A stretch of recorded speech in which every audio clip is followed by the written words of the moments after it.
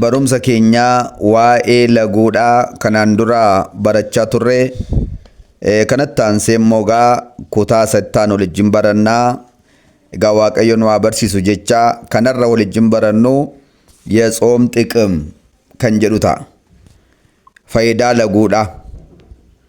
Faayidaa laguudhaa yeroo jennu namni tokko tsoomee kadhachuu isaatiin faayidaan argatu maali? Bu'aan tsoomanii kadhachuudhaa, faayidaan tsoomanii kadhachuudhaa maali? Kan jedhu kana waliin ilaalla jechaadha. Dhugaadhumatti kitaaba qulqulluu keessatti gaafa bannee gaafa ilaallu faayidaan tsoomanii kadhachuu abbaa itti amanee hubatee beekee tsoomee kadhatuuf waa guddaa kan ittiin argannudha. Waa guddaa kan ittiin Waaqayyo arjaa Waaqayyo abbaa biraa ittiin badhaafamnudha.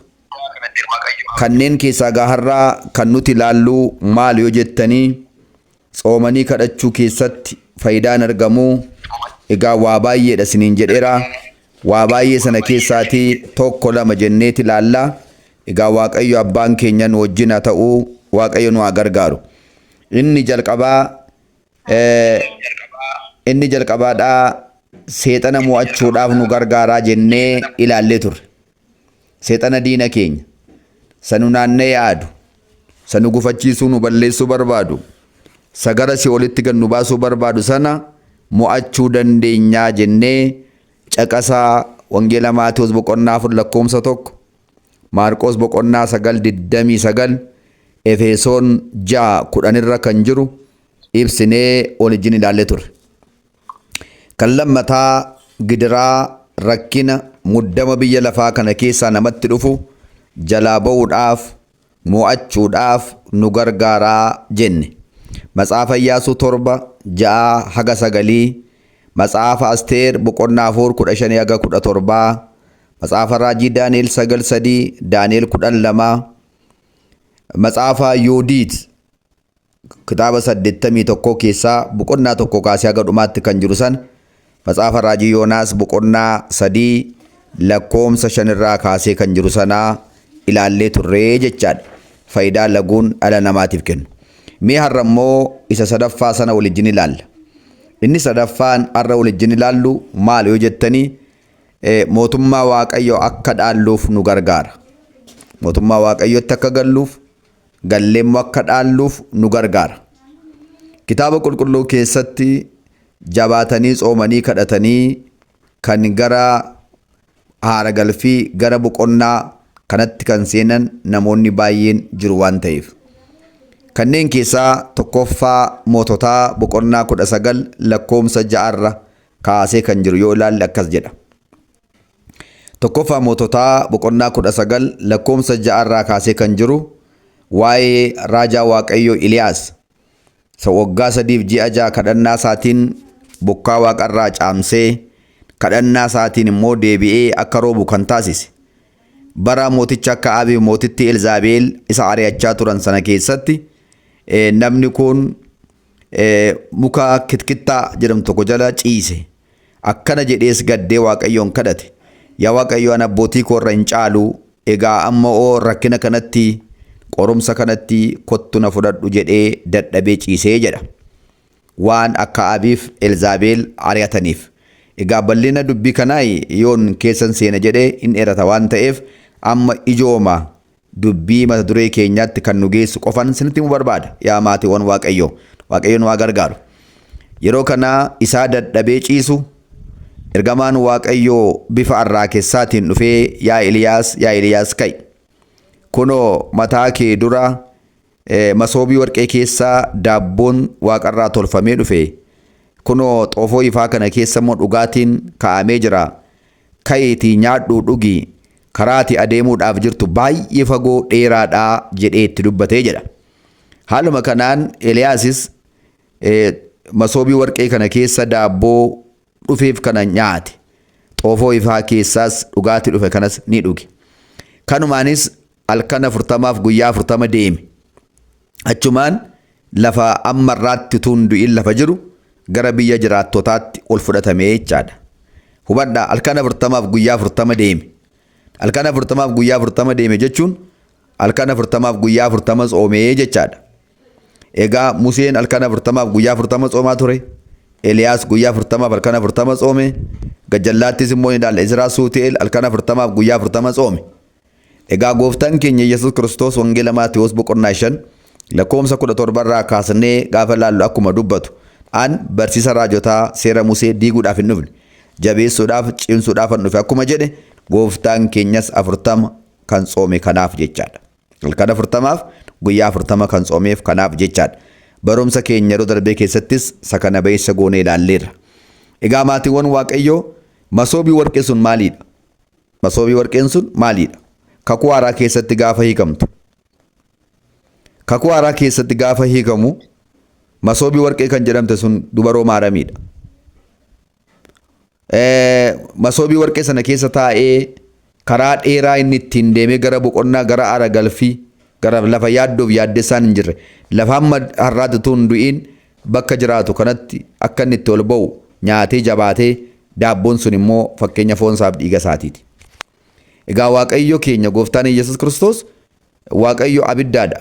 Hafuura hin argamu hin qabamu. Garuu samii irraa gadi bu'ee dhufe giiftii keenya maaramii irraa foon ishee irraa foon dhiiga ishee irraa dhiiga lubbuu ishee irraa lubbuu fudhate kan immoo nyaadhaa dhugaa ittiin jireenya baraa baraa dhaaltuu kan jedhu sana kan agarsiisudha jechaadha. Isa kana egaa abbaan Efreem Wuddaasee isaa keessatti abbaan Hiriyaaqos Qiddaasee isaa keessatti abbaan Gorgis Zagaasechaallee kitaabolee isaanii keessatti waa'ee isa kanaa hiikanii ibsanii barsiisaniiru jechaadha. Egaa gara dubbii keenyas jalqabaatti gaafan sin deebisu halkan 40 guyyaa 40 tsoomee sadaqe biyya jiraattotaatti ol ba'e jechaadha. Kanaafuu tsoomanii kadhachuun ilaalaa bu'aa akkasii qaba. Karaa adda biraa hojii ergamootaa boqonnaa 14 lakkoomsa 22. Hojii ergamootaa boqonnaa 14 lakkoomsa 22 irratti barattoonni gooftaa akkas jedhanidha. Namoota mana Waaqayyoodhaaf hojii Waaqayyoodhaaf tajaajiluudhaaf malan harkarra kaa'anii edda muudanii booda mootummaa Waaqayyootti galuudhaaf jechadhan mootummaa Waaqayyootti galuudhaaf jecha wanta nuyi gochuu qabnu nurraa eegamu qorumsa danda'uu gidiraa rakka danda'uu tsoomnee kadhachuutu nurraa eegama jedhanii edda isaanii muudanii booda immoo imaanaatti kennaniidha. Maal gochuu qabdu jedhanii rakkina danda'uu qabdu qorumsa danda'uu qabdu obsuu qabdu tsoomtanii kadhachuus qabdu jedhanii imaanaatti kennan hojii mana Waaqayyoo jedha. Egaa mootummaa Waaqayyootti galuudhaaf kadhannaaf laguun kun akka nama barbaachisu kaa'amee jira jechaadha. Qulqulluun Phaawulos immoo lammaffaa Qorontos boqonnaa 6 lakkoomsa 5 irraa kaastanii yoo dubbistan guyyaan fayyinaa amma jedhee jalqaba gaarraadha. Nuti tajaajilli keenya akka mudaa hin argannetti jedha. Yeroo hundumaadhaa ni rakkannaa ni ari'atamnaa ni qoramnaa ni tsoomna jedhe waan baay'ee tarreessee jira asii gadi jechaadha. Egaa innumti kun yoo maaliif fayyuudhaaf jecha fayyoo jechuun immoo mootummaa godhaaloo jechaadha. Kanaafuu maaliif nama fayyada jechaadha. Egaa kun akkaataa kanaan tsoomanii kadhachuun nama gargaaraa jechaadha. Mee tokkoon isiniif dabala. Innis maalinnaa jettanii bara raajichi Ermiyaas raajii ta'ee lallabaa ture keessatti namoonni warri kan Israa'el ta'an warri ijoolleen dhuunfaa Waaqayyoo ta'an gara waaqa tolfama waaqessuutti gara Waaqayyoon aarsuutti gaafa isaan deebi'an maatiin tokko garuu jecha Ermiyaas dubbatu dhaga'anii gara Ermiyaas dhufaniidha. Walumaa gala bara Israa'eloonni biyya Baabiloonitti booji'aman sana namoonni rakkina sanarraa boojamuu jalarraa afanii tokko Abimelektu irraa hafe kadhannaa Ermiyaasiitiin gara gammoojjiitti Waaqayyo isa ergee karaa Ermiyaas dhaqee biqiltuu balas kutee akka fiduuf ergee akka sa'aatii 6 waggaa 66 rafee oole. Baarok immoo mana hidhaa keessa kaa'amee achitti Waaqayyo hojiinsaa dinqiinni ta'e eegumsaansaa oolchaansaa dinqiinni ta'e isa hambise. Jarreen warra nama siniin jiru horma keessaati gara Ermiyaasitti dhufanii dubbii kana edda amananii booda adaraa Waaqayyo kee akka nu dhoksuuf gidiraa kana jalaa dhumaatii kana jalaa qeerraa buqqaa'uu kana jalaa akka nu hambisuuf attam nu goota jedhanii gaafa kadhatan inni immoo Waaqayyoon isaaniif kadhate. Yommuu kana Waaqayyo isa isaan kaa'ee jara kana biyya jiraattu biyya tolootaa naqee kaa'e.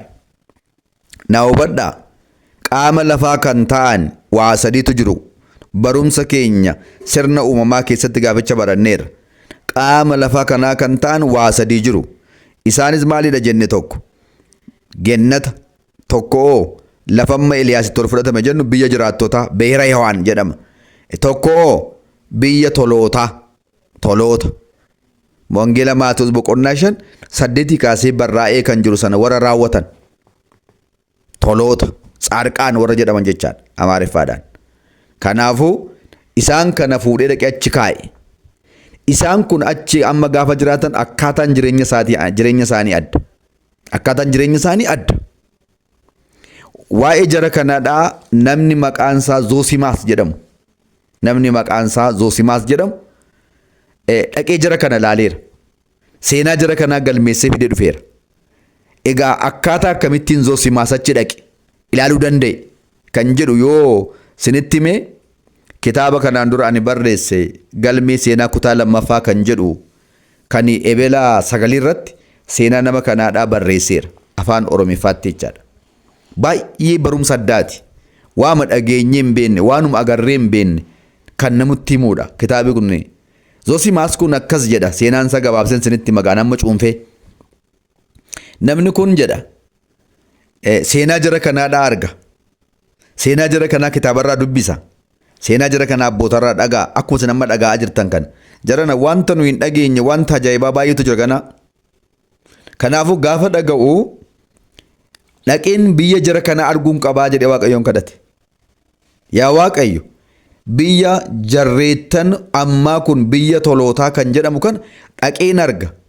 Adaraa ati waan kadhattanii siniin kenna jetteetta. Waan an kadhadhe nan dhowwatin nageessi nan dhaqaa jedhee halkan 40 guyyaa 40 tsoome.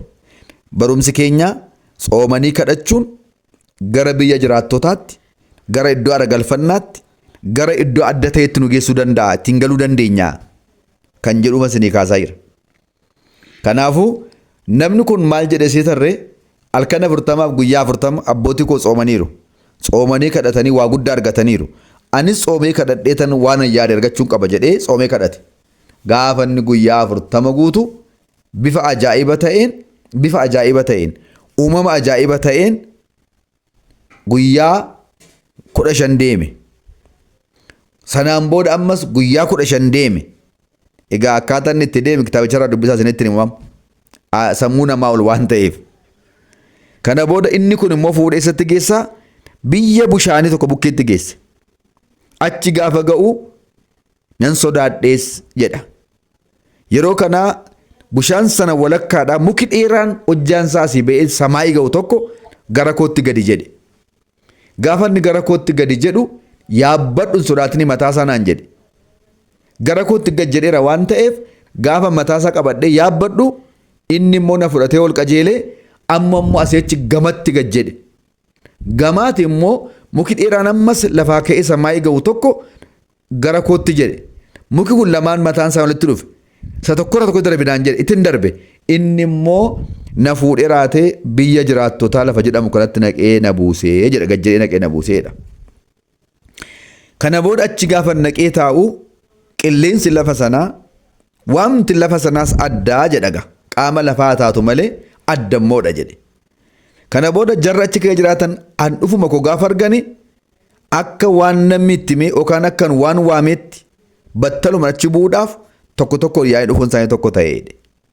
Dhufanii raatanii nama biyya lafaatu dhufe kottaa dubbisaa kottaa ilaalaa jedhanii wal waamani. Kana booda gaafa dhufan tokko na dubbisani, na gaafatani, na ilaalani, na dinqisiifatan jedha. Anis isaanin gaafa argu nan dinqisiifadhe jedhe. Kana booda guyyaa 3 aara galfii malee waanan dhaabadhee isaan dubbisaa tureef nan dadhabee jedha.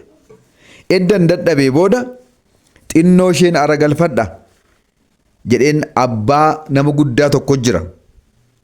Hoogganaa isaanii kan ta'e tokkodhaan xinnoo isheen ilaaga akkana goreetan nan dadhabe waan ta'eef aara galfadha nan ciisaa gadi. Kanaaf isin immoo yeroo isaan dhufanii biqiltuu kana daawwachuudhaaf deeme jedhii aaraan galfadhaa jedhee abbaa kanatti hime. Waggaa kana akka kanniis gaagura keessaa yemmuu tuqani dhuftee namatti nammituutti lafa isaan yaa'ee dhufan hin beeku, hundi isaanii dhufanii natti nammaniidha. Hundi isaanii dhufanii natti namman jedha. Hundi isaanii dhufanii gaafa natti namman, ba'i biyya keenya keessaa, ba'i biyya keenya keessaa naan jedhanii furana kutaneedha. Maalan godhe, maalan balleesse gaafan jedhu, soba isa biyya lafaa xureesse, soba isa biyya lafaa macheesse sune fiddee dhuftee biyya keenya nu jalaa balleessuuf jetta fudhadhu ba'i jedhanii furana kutanii. Gaafa isaan na daddarbatanii furana kutan nan boo'ee tananii abbaa nama guddaa sana akkana jedheen kadhadhe. Adaraa waanan dhufeef seenaa keessan kana qoradhee waa'ee biyya kanaa qoradhee dhalootaaf waan barreessa jedheen dhufe. Adaraa naa obsaa gaafan jedhu guyyaa tokko duwwaan naaf iyyamanii. Anis boo'ee waanan kadhadheef abbaan sun waan akkanaan jedhaniif guyyaa tokko duwwaan naaf iyyamanii. Guyyaa tokko gaafa isaan naa iyyamanii seenaa isaanii, achaa dhufa isaanii, seenaa jireenya isaanii qorachuu jalqabeedha. Ijoollee xixinnoos qabu waan ta'aniif akkaataa sirna gaa'ila isaaniis hundaan gaafadhee jedhe. Akkas jechuun natti hime abbaan guddaan sun jedha. Zosimaas. Abbaan guddaan sun maal naan jedheeni biyya kana keessatti jedhe hangafaaf quxusutu jira jedhe. Namni tokko dhalatee jedhe dura isa jaarsa umurii irraa jiraate du'a jedhe. Utuu jaarsi namni guddaan hangafa jiru ijoolleen hin duutu, dargaggeessi hin du'u, giddugaleessi hin du'u jedhe. Dura jaarsa sana nama guddaa du'a jedhe. Akkaataa umurii dheerina isaaniitti waamamaa deemu malee akka isa biyya lafaarraa hin jiru jedheedha. Kun adda nama taasisa. Kan lammataa tsoomiin tsoomtuu maal immoo nyaattanii jiraattu jedheen gaafadhee jedhe. Nuti yeroo hundumaadhaa hin qonnu, hin haramnu. Akkasumatti hin gaafa gadi baanu Waaqayyo waan nuyi yaannu lafarratti gororeessee nutti agarsiisa. Kan inni nyaadhaan nuun jedhu kana nyaanne. Yeroo tsoomii immoo ol deebi'a. Tsoomii ta'uusaa kana beeknee tsoomna. Nu bira dhukkubni hin jiru. Yaadda'uun hin jiru. Daaruun hin jiru. Akkuma ergamaa Waaqaa taanee jiraanne naan jedhan jedha. Kunoo ijoollee daa'imsoo jirti. Seela gaa'ilaan godhatture jennaan eeyyee hin godhanne. Ol fuunee si'a tokko duwwaa ol quunnamna waggaa keessatti. Isumaan isa jalqabaa mucaa ilmaa dhalata.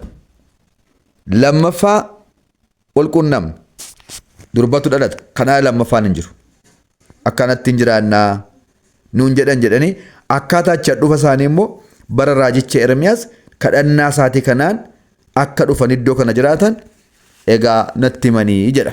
Erga sanaa booda egaa dirqama kee fixxeettaa deeminaan jedhanii. Anis sansila tsoomee guyyaa 40 halkan 40 addana gahe amma garuu duumessarra guyyaa tokkicha deemeen gara dokootti deebi'ee jedha. Egaa maatiiwwan Waaqayyoo mee asirraa maal hubattan?